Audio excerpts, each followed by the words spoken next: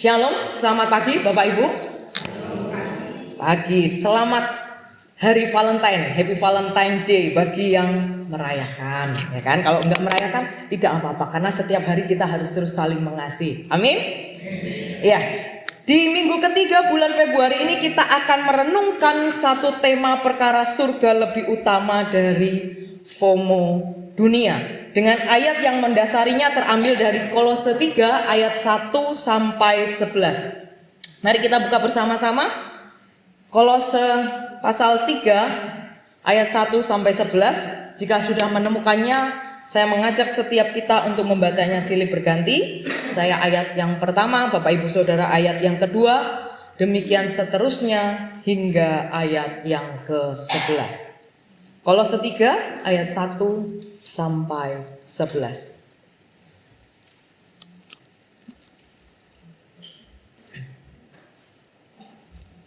Sudah menemukannya? Mari kita membacanya bergantian ya. Kolose 3 ayat 1 sampai 11, demikianlah firman Tuhan.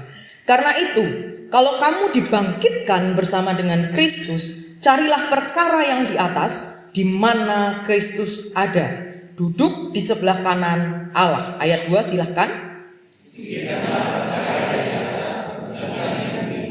Sebab kamu telah mati dan hidupmu tersembunyi bersama dengan Kristus di dalam Allah.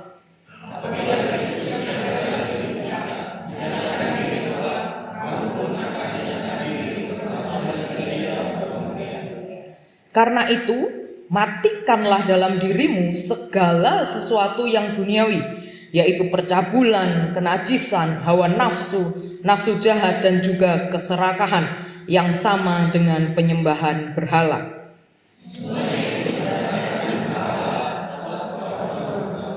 Dahulu kamu juga melakukan hal-hal itu ketika kamu hidup di dalamnya.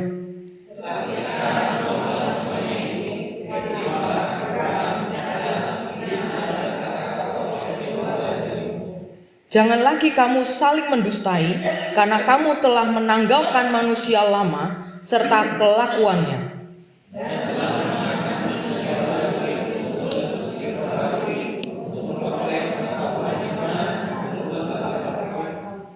Dalam hal ini, tiada lagi orang Yunani atau orang Yahudi, orang bersunat atau orang tak bersunat, orang barbar atau orang Skit, budak atau orang merdeka, tetapi Kristus adalah semua dan di dalam segala sesuatu.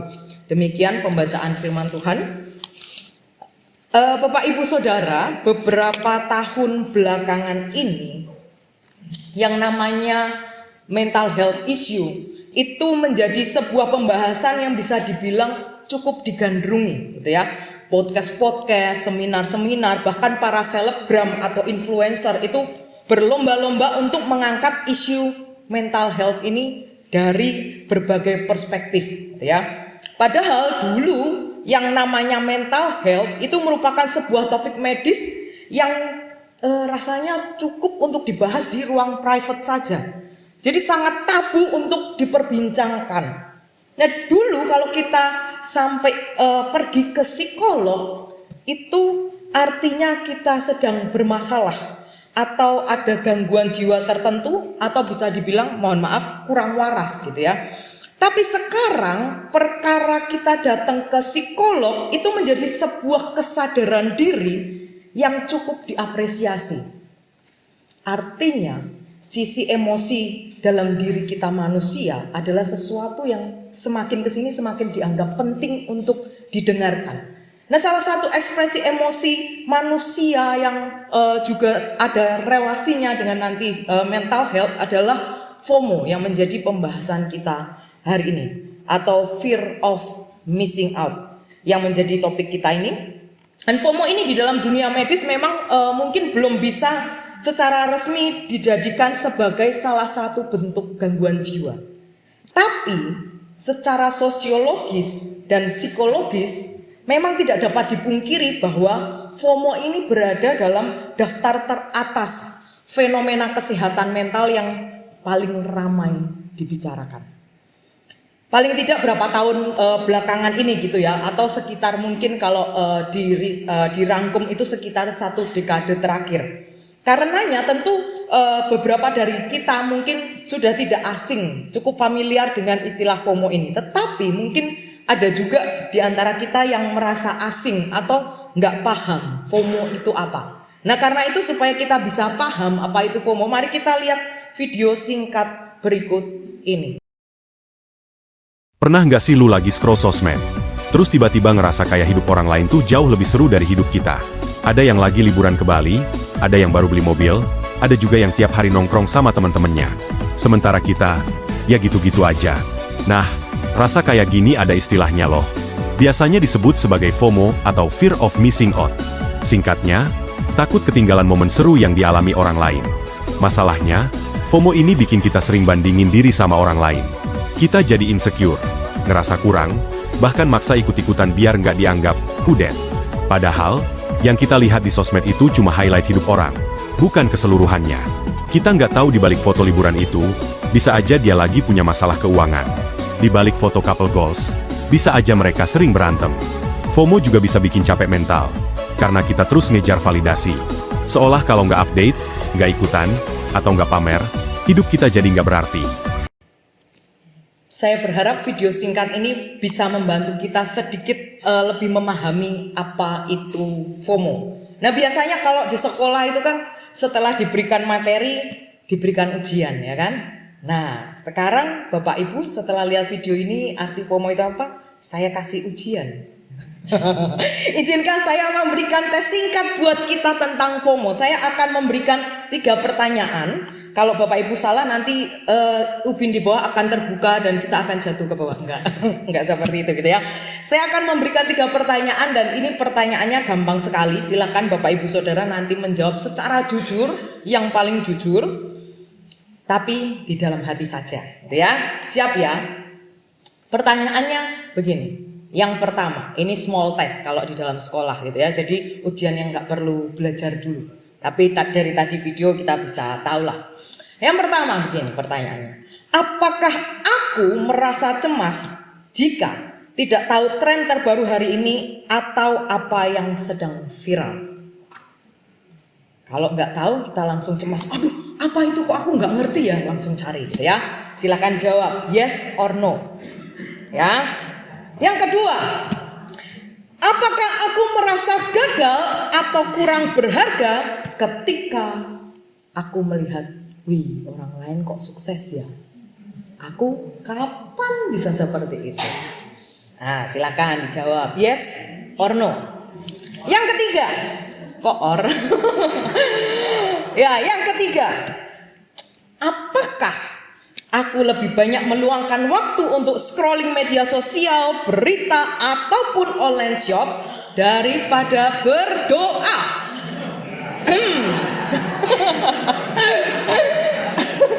Kayaknya langsung otomatis batuk semua gitu ya.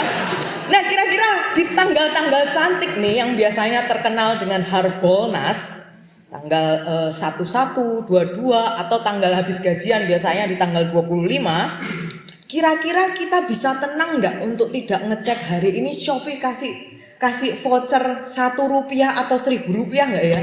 Di mana yang bisa aku buru? Alfamart mana yang bisa aku datangi untuk bisa dapat promo itu? Nah, bisa tenang nggak kita tanpa itu? Nah, Bapak Ibu Saudara, kenapa saya mempertanyakan 3 pertanyaan ini? Saya mempertanyakan ini adalah supaya kita bisa tahu apakah kita ini sudah memahami arti FOMO, sekaligus juga membantu kita untuk berefleksi. Apakah FOMO ini sedang bercokol di dalam hidup kita atau tidak?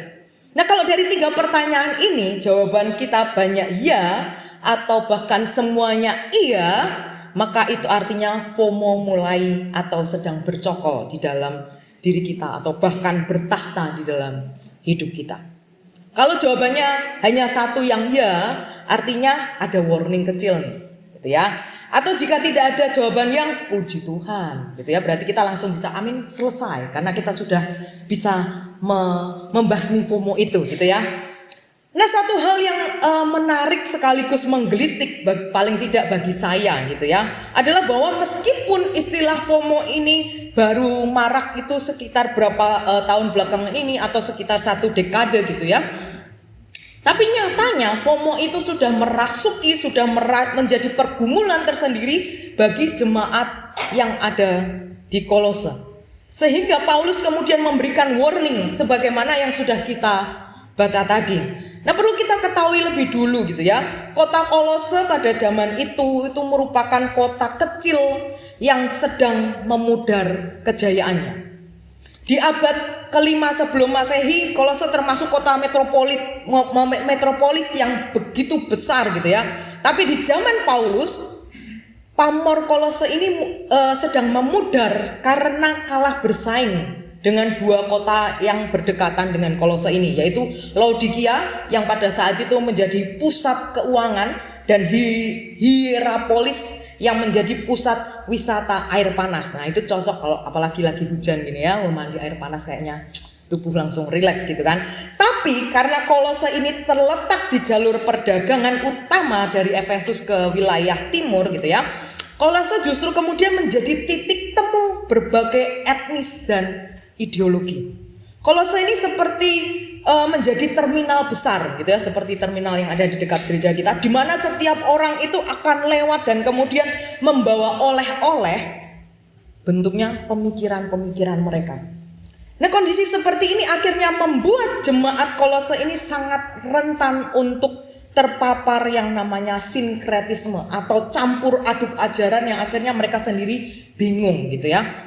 Setiap hari mereka akan selalu mendengar hal-hal baru yang dibawa oleh orang-orang yang datang melintas di kota ini gitu ya, yang pada akhirnya kemudian memicu rasa takut ketinggalan informasi spiritual terbaru di dalam diri jemaat di Kolose. Inilah wajah FOMO di zaman itu. Lantas sebenarnya tren spiritualitas apa yang sedang marak dan menyusup dalam kehidupan jemaat Kolose itu? Nah, pada masa itu ada tren spiritualitas atau ajaran sesat yang muncul di Kolose. Itu bukan cuma satu jenis, tetapi karena macam-macam, makanya saya sebutnya gado-gado Kolose gitu ya. Yang terdiri dari apa? Paling tidak ini, legalisme Yahudi yang menuntut jemaat itu mengikuti aturan untuk diet lah, hari sabat lah, sunat dan segala macam aturannya. Dan kemudian asketisme yang mengajarkan bahwa tubuh kita ini jahat. Maka dari itu harus disiksa, harus diberikan pantangan secara ekstrim supaya kita ini layak, supaya kita ini terlihat spiritual banget gitu ya, supaya kita ini terlihat kudus. Dan yang ketiga, mistis gnostisisme yang mengajarkan bahwa untuk sampai kepada Allah, manusia itu butuh pengetahuan rahasia atau gnosis atau perantaraan malaikat-malaikat. Maka kemudian kalau Bapak Ibu nanti perhatikan di bagian sebelumnya itu, di sana ada dikatakan bahwa mereka harus menyembah kepada malaikat-malaikat gitu ya. Nah, saking maraknya tren ajaran sesat ditambah desakan FOMO inilah alhasil kemudian jemaat Kolose ini bukannya memegang teguh iman mereka, tetapi justru jadi terbawa arus FOMO. Para pengajar-pengajar sesat itu begitu lihainya, begitu hebatnya menawarkan paket lengkap agar jemaat merasa menjadi orang Kristen yang premium, orang Kristen yang eksklusif. Jika jemaat itu tidak mengikuti ajaran mereka, justru jemaat rasanya dibuat merasa FOMO spiritual atau ketinggalan level spiritualnya. Gitu ya, kayak kalau anak-anak suka ngegame itu, kalau satu hari nggak ngegame itu udah ketinggalan levelnya banyak sekali gitu kan. Nah, situasi dan kondisi yang dialami jemaat di Kolose ini tertangkap, kegrab gitu ya sama Paulus, bahwa jemaat Kolose sedang mencoba untuk mempercantik Injil dengan tambahan-tambahan manusiawi. Nah, itu sebabnya melalui suratnya Paulus memberikan respon dengan membongkar kemunafikan asketisme yang terlihat suci di luar tetapi tidak berkuasa sama sekali untuk melawan hawa nafsu daging, dan dengan sekali lagi memaparkan ajaran Kristus. Ya, Bapak Ibu Saudara, kalau kita hanya membaca Kolose 3 ayat 1 sampai 11 yang memang sudah termasuk dalam bagian tentang bagaimana kita menghidupi iman percaya kita kepada Kristus, maka sangat mungkin untuk kita kemudian berpikir gitu ya dan membuat kesimpulan. Wah, kalau begitu berarti Paulus ini orangnya pragmatis banget ya. Paulus ini berarti praktikal banget gitu orangnya. Paulus memberikan kepada kita seakan-akan daftar moralitas yang perlu untuk kita lakukan gitu. Kalau hanya membaca secuplik yang tadi kita baca bersama. Tapi harus kita ingat baik-baik bahwa Paulus adalah seorang pemikir yang sangat logis. Paulus tidak akan pernah menyuruh kita melakukan sesuatu, melakukan hal-hal praktis tanpa menjelaskan apa yang menjadi dasar, mengapa kita harus melakukan, mengapa kita mampu untuk melakukan hal-hal praktis tersebut. Paulus tidak mungkin sekedar memberikan list daftar moralitas semata. Nanti kalau Bapak Ibu Saudara membaca dengan teliti di rumah gitu ya, keseluruhan kitab ini, pasalnya tidak terlalu banyak, maka akan lebih paham bahwa yang Paulus sedang sampaikan di pasal 3 ayat 1 sampai 11 ini bukan sekedar hal praktis yang cetek, tetapi justru merupakan sebuah bedah jantung rohani yang dilakukan secara serius. Keseriusan ini salah satunya terlihat melalui bagaimana Paulus menulis surat ini dengan begitu sistematis. Mari kita perhatikan sejenak, misalnya di Kolose 3 ayat 1, ayat 5, ayat 12. Kalau Bapak Ibu perhatikan di sana dimulai dengan kata-kata apa? Di sana sama ketiga ayat ini, baik itu ayat 1, ayat 5 dan ayat yang ke-12 itu dimulai dengan frasa karena itu. Frasa ini bukan sekedar kata sambung biasa Bapak Ibu Saudara. Frasa karena itu memiliki makna yang cukup penting, mendalam, karena frasa ini menjadi jembatan gitu ya. Menjadi jembatan yang menghubungkan fakta tentang apa yang sudah Tuhan lakukan dalam bentuk indikatif. Kalau lihat kalimat di dalam bahasa Yunaninya itu menggunakan tenses indikatif gitu ya. Itu apa yang sudah Tuhan lakukan. Dan kemudian dilanjutkan dengan perintah tentang apa yang harus dilakukan. Jadi karena itu menjadi jembatan dari yang sebelumnya, karena itu lakukan ini, gitu ya. Artinya kalau Paulus sekarang memberikan perintah-perintah praktis untuk dilakukan, maka yang menjadi dasar kita melakukannya adalah apa yang sudah Tuhan lakukan di masa lampau, yaitu membangkitkan kita bersama dengan Kristus. Karena Tuhan sudah membangkitkan kita bersama dengan Kristus, maka sekarang kita dimampukan untuk melakukan perintahnya. Kalau Bapak Ibu Saudara benar-benar mau tahu detail penyebabnya, nanti bisa baca terutama di pasal 1 sampai pasal 2 gitu ya, yang mencatat bagaimana Paulus ini menegaskan supremasi dan kecukupan Kristus atau sufficiency of Christ untuk melawan ajaran-ajaran sesat yang sedang merebak dan itu merasuki jemaat-jemaat di Kolose. Nah, sekarang mari kita kembali pada apa yang menjadi fokus perenungan kita hari ini, yaitu Kolose 3 ayat 1 sampai 11, di mana bagian ini merupakan peralihan dari doktrin yang solid di pasal 1 sampai 2, kemudian beralih kepada di pasal ketiga ini mulai beralih ke implementasinya, yaitu bagaimana orang percaya itu seharusnya hidup supaya nantinya kita bisa paham mengapa perkara surga itu lebih utama dari FOMO dunia. Nah, Paulus menangkap gitu ya, saya ulang sedikit, Paulus menangkap sinyal FOMO di dalam jemaat Kolose, kemudian dia mengingatkan kembali prinsip atau pondasi iman Kristen, kemudian dilanjutkan baru dengan implementasi praktisnya. Gitu ya. Mari kita lihat bagaimana Paulus kemudian memberikan kiat-kiat khusus atau strategi atau tips and trick gitu ya kalau bahasa sekarang itu. Bagaimana jemaat Kolose dan juga kita di zaman ini yang juga tidak imun terhadap FOMO, karena kita juga berada di dalam dunia yang begitu sibuk, begitu multikultural, penuh tekanan untuk menjadi relevan atau untuk menjadi up to date gitu ya, tidak ketinggalan, ditambah media sosial yang terus bersinggungan dengan hidup kita hari lepas hari. Nah, yang pertama berdasarkan ayat 1 sampai 4. Paulus mengingatkan jemaat Kolose dan juga kita tentang orientasi baru yang nyata melalui cari dan pikirkanlah perkara yang di atas. Mencari dan memikirkan merupakan dua kata kunci yang menggambarkan sebuah perubahan total. Mencari merupakan kata kerja yang menuntut usaha dan pengejaran, mengarahkan ambisi, mengarahkan tujuan hidup kita, mengarahkan prioritas kita pada hal-hal yang memuliakan Kristus. Seperti orang yang sedang mencari harta karun. Bagaimana sih kalau orang lagi mencari harta karun? Tentu akan berusaha sedemikian rupa hingga dapat harta karun tersebut. Nah, kita pun juga harus menjadikan Kristus dan nilai-nilai kerajaannya sebagai ambisi utama untuk kita kejar sampai kita dapat. Kolose 2 ayat 3 mencatat bahwa di dalam Kristus tersembunyi segala hikmat dan pengetahuan. Ketika saya membaca ayat ini gitu ya, karena waktu persiapan saya juga baca dari awal gitu ya, Kolose ini.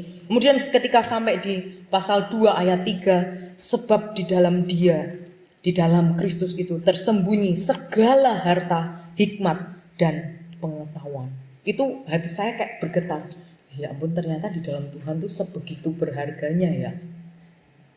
Sebegitu luar biasanya kalau kita benar-benar mencari Tuhan di dalam hidup kita.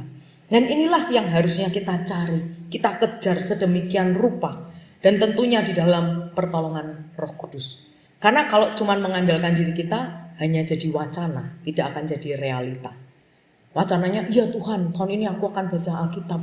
Aku akan semakin dekat dengan Tuhan. Semakin sungguh-sungguh menghidupi firman Tuhan. Tapi kalau dengan kekuatan kita sendiri, itu hanya menjadi angan-angan semata. Dan kemudian memikirkan, di sini artinya lebih dalam dari sekedar mengingat gitu ya. Memikirkan bukan sekedar berpikir secara kognitif, tetapi merasakan atau mencintai yang tentunya juga akan berimbas pada orientasi, pola pikir dan afeksi kita. Paulus ingin seluruh cara pandang kita, seluruh worldview yang kita pegang itu disaring oleh perspektif surga. Nah, perkara di atas berarti Kristus sendiri. Jika kita lihat kembali Kolose 3 ayat 1, maka kita bisa lihat bagaimana Paulus ini secara spesifik gitu ya mendefinisikan di atas. Itu di tempat di mana, sebagai tempat di mana Kristus ada, duduk di sebelah kanan Allah. Duduk di sebelah kanan Allah adalah posisi yang menunjukkan sebuah otoritas, pemerintahan dan sekaligus penghakiman. Atau dengan kata lain, perkara di atas itu bisa diartikan sebagai segala sesuatu yang berkaitan dengan pemerintahan dan kehendak Kristus. Di atas tidak merujuk pada letak geografis tertentu, tetapi merujuk pada kualitas yang mencakup nilai-nilai kerajaan Allah itu sendiri, yaitu kebenaran, keadilan, kasih, dan juga kekudusan. Dengan demikian mencari dan memikirkan perkara di atas berarti berhenti mengandalkan performa religius atau legalisme dan kemudian mulai mengandalkan kecukupan di dalam Kristus. Kita tidak lagi mengejar apa yang dunia kejar, tetapi mengejar yang Kristus hargai. Selain itu mencari dan memikirkan perkara di atas bukanlah pengabaian terhadap tanggung jawab kita selama kita hidup di bumi ini, baik itu pekerjaan kita, keluarga kita, hobi kita, ataupun kita kemudian karena kita bilang saya terus mau memikirkan berorientasi dengan surga, kita jadi anti terhadap dunia ini. Bukan seperti itu yang Paulus maksudkan. Yang Paulus maksudkan adalah menata ulang seluruh hidup kita di bawah supremasi Kristus. Jadi ketika kita menerapkan orientasi baru di dalam hidup kita mencari dan memikirkan perkara yang di atas, itu tidak membuat kita menjadi orang Kristen yang melayang-layang, orang Kristen yang tidak peduli dengan dunia, atau orang Kristen yang cuma ada di awang-awang hanya secara kognitif dia paham. Justru karena orientasi kita adalah surga dan nilai-nilai Kristus, maka sebagai pekerja, kita menjadi pekerja yang paling jujur di kantor. Sebagai orang tua, kita menjadi orang tua yang terus mau belajar, mengerti dan menyelami diri pribadi demi pribadi anak-anak yang Tuhan percayakan bagi kita. Dan sebagai pengguna media sosial, kita bermedia sosial dengan spirit pembawa damai. Kita tidak FOMO pada tren dunia, tapi kita FOMO pada kesempatan untuk memuliakan Tuhan di dunia ini.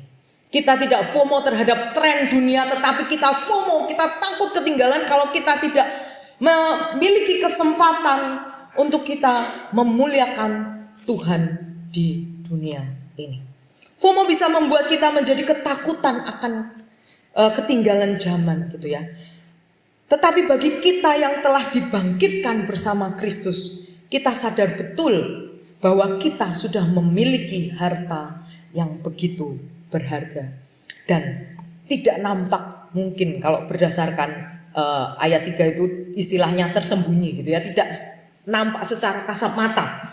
Dengan demikian jika surga kita miliki, maka kehilangan tren dunia tidak lagi kita anggap sebagai sebuah kerugian.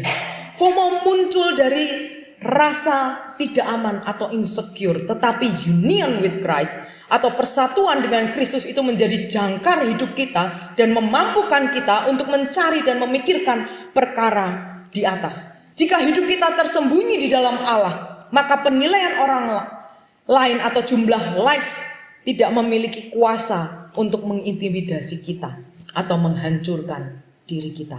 Jika kita sungguh-sungguh menghidupi orientasi hidup baru itu, mencari dan memikirkan perkara yang di atas, maka kita akan dimampukan untuk menerobos, tidak lagi terbawa oleh arus FOMO dunia ini.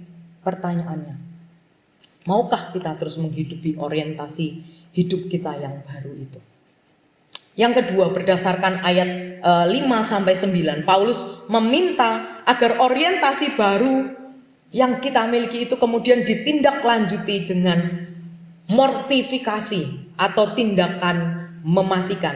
Ayat 5 dengan jelas mengatakan, karena itu matikanlah dalam dirimu segala sesuatu yang duniawi. Nah Bapak Ibu Saudara, mari kita tengok sebentar gitu ya. Kolose 2 ayat 21. Kolose 2 ayat 21, di sana dikatakan, jangan jamaah ini, jangan kecap itu, jangan sentuh ini, ya. Dikatakan di sana tiga frasa ini, 3 kalimat jangan gitu ya. Perintah ini kalau kita lihat tampaknya benar gitu ya. Tapi sesungguhnya perintah ini tidak lebih dari sekedar batasan sia-sia yang dibuat dengan maksud untuk melindungi dari dominasi dosa. Akan tetapi batasan ini jangan 3 macam jangan di ayat 21 pasal 2 itu hanya berujung pada kegagalan. Karena apa? Karena yang dibasmi itu hanya kulit luarnya, bukan akar masalahnya, yakni hasrat dan obsesi batin kita yang begitu meronta-ronta dari waktu ke waktu ingin terus dipuaskan. Nah kalau sampai jemaat Kolose ini turut melakukan praktik perintah-perintah ini, maka itu sama seperti seorang yang sedang memasang dempul dan mengecat kerusakan akibat rayap di sebuah rumah tanpa membasmi rayapnya. Kalau cuma didempul tanpa dibasmi rayapnya, kira-kira apa yang terjadi? Suatu saat pasti akan ambrol gitu ya, ambrol atau bahasa Indonesianya tuh runtuh gitu ya. Kalau bahasa saya itu ambrol gitu. Apakah mematikan seperti ini yang Paulus maksudkan di ayat 5? Makanya kalau Bapak Ibu perhatikan, ini ilustrasi yang saya berikan adalah kayu yang berayap. Kalau cuma bagian atasnya yang didempul tanpa membasmi ininya, sama aja bohong. Cuman kelihatan bagus dan beres di luar, tapi tinggal tunggu waktu aja kapan dia akan rontok atau ambrol itu tadi.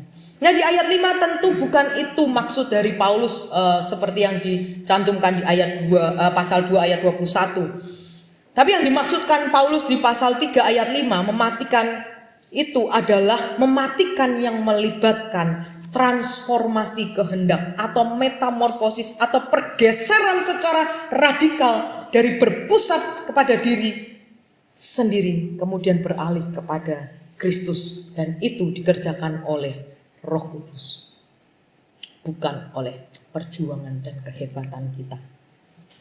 Mematikan yang menuntut pemusnahan atau kematian sepenuhnya dari cara hidup yang lama. Tapi perlu kita ingat bersama bahwa pemusnahan atau kematian secara mematikan cara hidup yang lama ini bukanlah sesuatu yang terjadi hanya sekali, melainkan sebuah karya Roh Kudus yang terus-menerus terjadi dari waktu ke waktu.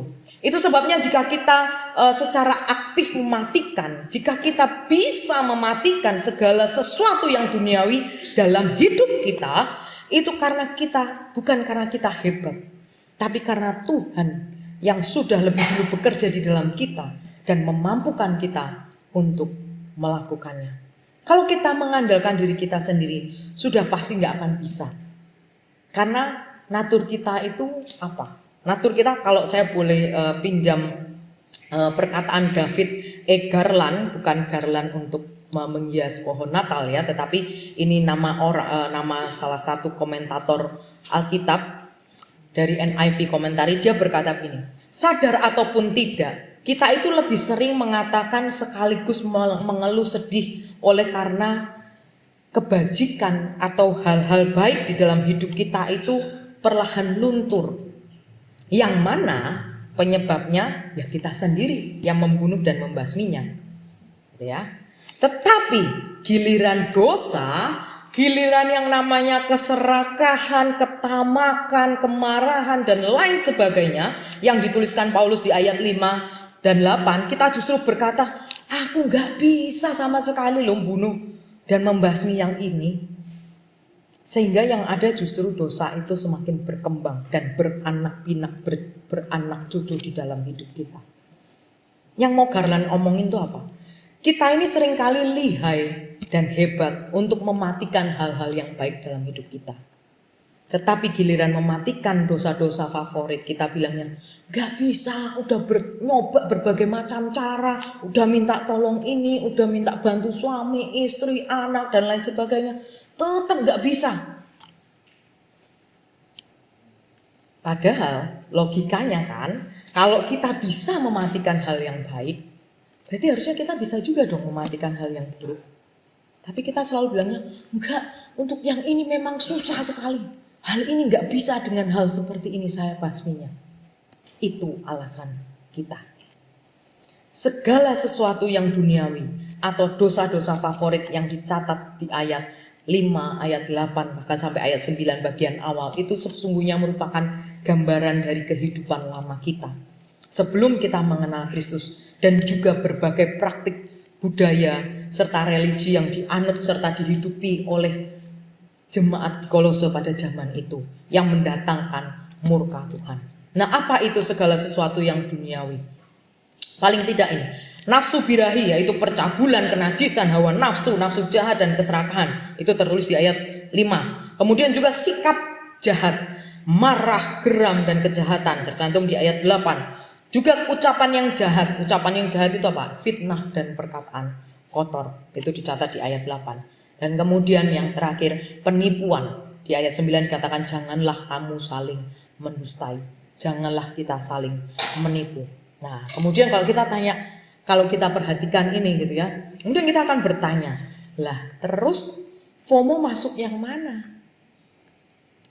Kan pembahasan kita hari ini FOMO gitu ya. FOMO masuk yang mana? FOMO termasuk dalam bentuk ketidakpuasan kita terhadap kedaulatan Allah. Saat kita FOMO, kita seolah berkata kepada Tuhan, Tuhan, berkat-Mu dan kehadiran-Mu itu tidak cukup buat aku. Aku butuh tren, aku butuh kekinian supaya aku ini benar-benar utuh. Inilah akar dari penyembahan berhala. Mencari kepuasan di luar pencipta kita. Paulus dengan jelas di ayat 8 melarang yang namanya marah, fitnah dan kata-kata kotor yang hari-hari ini semakin mudah untuk kita temukan, apalagi di dunia digital, media sosial yang kita lihat setiap harinya. Nah, selain itu kita juga harus benar-benar waspada. Kenapa? Karena FOMO sering menjelma menjadi iri hati. Dan iri hati seringkali kemudian berubah wujud gitu ya, menjadi komentar yang jahat, yang julid, fitnah terhadap orang yang kepadanya kita iri. Mari kita cek diri kita. Bagaimana selama ini kita berkomentar. Baik itu ketika kita sedang berelasi dengan teman di gereja, dengan komunitas PW, komunitas paduan suara, komunitas vessel community, guru-guru sekolah minggu, apapun itu. Apakah komentar-komentar itu adalah jelmaan dari iri hati kita karena kita merasa ketinggalan? Inilah segala sesuatu yang duniawi yang harus kita matikan. Bapak Ibu Saudara, kalau kita masih terus berjuang gitu ya untuk mematikan segala sesuatu yang duniawi di dalam hidup kita, mari jangan berputus asa. Mari kita terus mohon anugerah Tuhan dan pertolongan Tuhan sehingga kita ini dimampukan gitu ya, semakin hari kita semakin bisa mematikan sesuatu yang duniawi yang masih bercokol di dalam hidup kita. Nah, setelah memiliki orientasi yang baru, kemudian kita terus mematikan segala yang duniawi, maka yang ketiga berdasarkan yang tercatat di ayat 10 sampai 11, Paulus mengatakan, kenakanlah manusia baru yang terus-menerus diperbaharui. Konsep Paulus mengenai manusia baru yang terus diperbaharui untuk memperoleh pengetahuan yang benar, ini menurut Douglas J. Moore itu mengacu pada salah satu konsep teologi Paulus yang mendasar, yaitu dia mengontraskan antara realita yang bertentangan dengan Allah, yang akarnya itu adalah dosa dari sejak zaman Adam dan dicirikan oleh dosa dan kematian, kemudian dikontraskan dengan realitas baru yang berakar pada kematian dan kebangkitan Kristus. Cirinya apa? Kebenaran dan hidup yang baru di dalam Kristus. Artinya lewat ayat 10 dan 11 ini Paulus ingin menegaskan sekali lagi bahwa semua orang percaya sejatinya memiliki hidup yang baru dengan kepekaan dan kemampuan spiritual yang baru.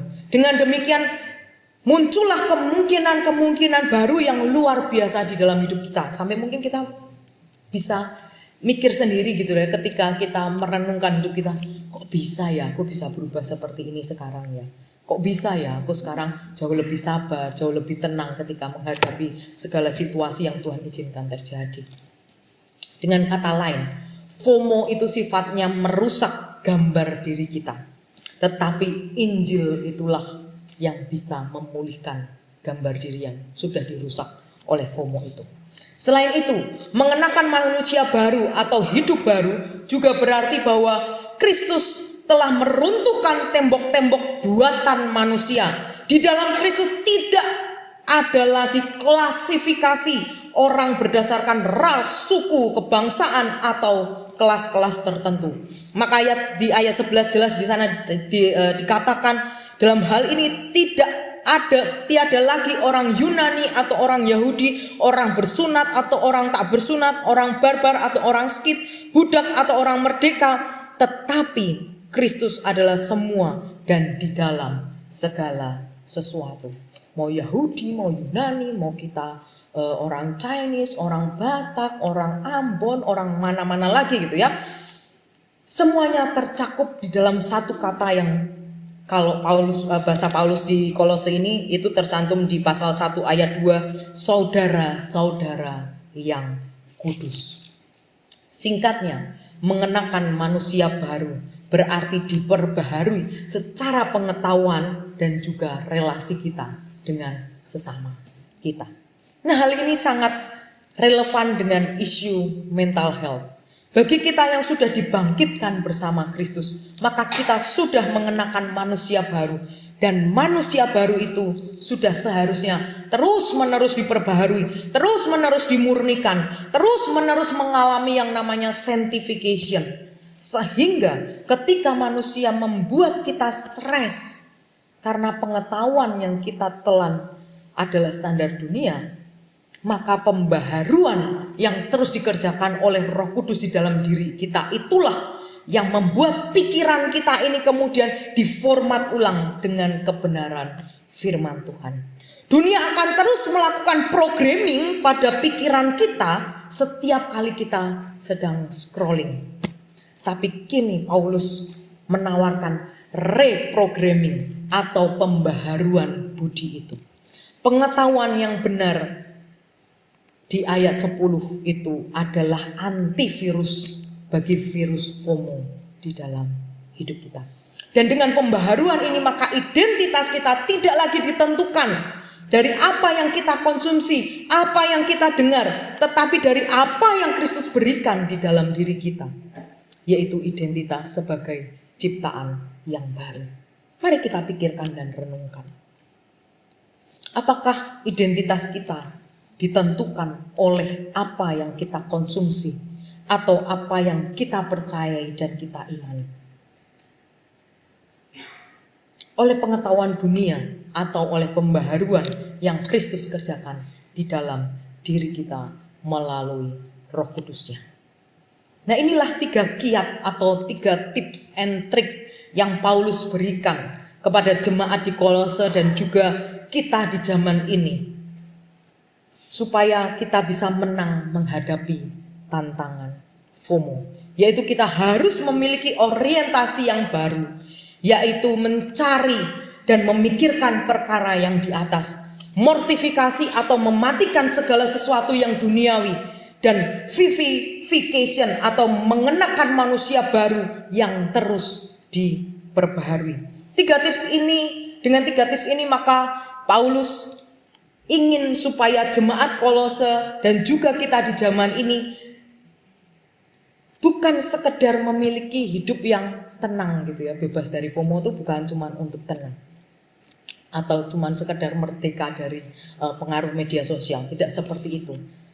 Sebegitu pedulinya Paulus ini terhadap sisi emosi umat Tuhan, khususnya jemaat Kolose pada zaman itu dan kita di zaman ini, sehingga Paulus kemudian memberikan 3 tips ini supaya akhirnya emosi kita itu adalah emosi murid Kristus yang memuliakan Tuhan melalui hidup yang kita hidupi hari lepas hari.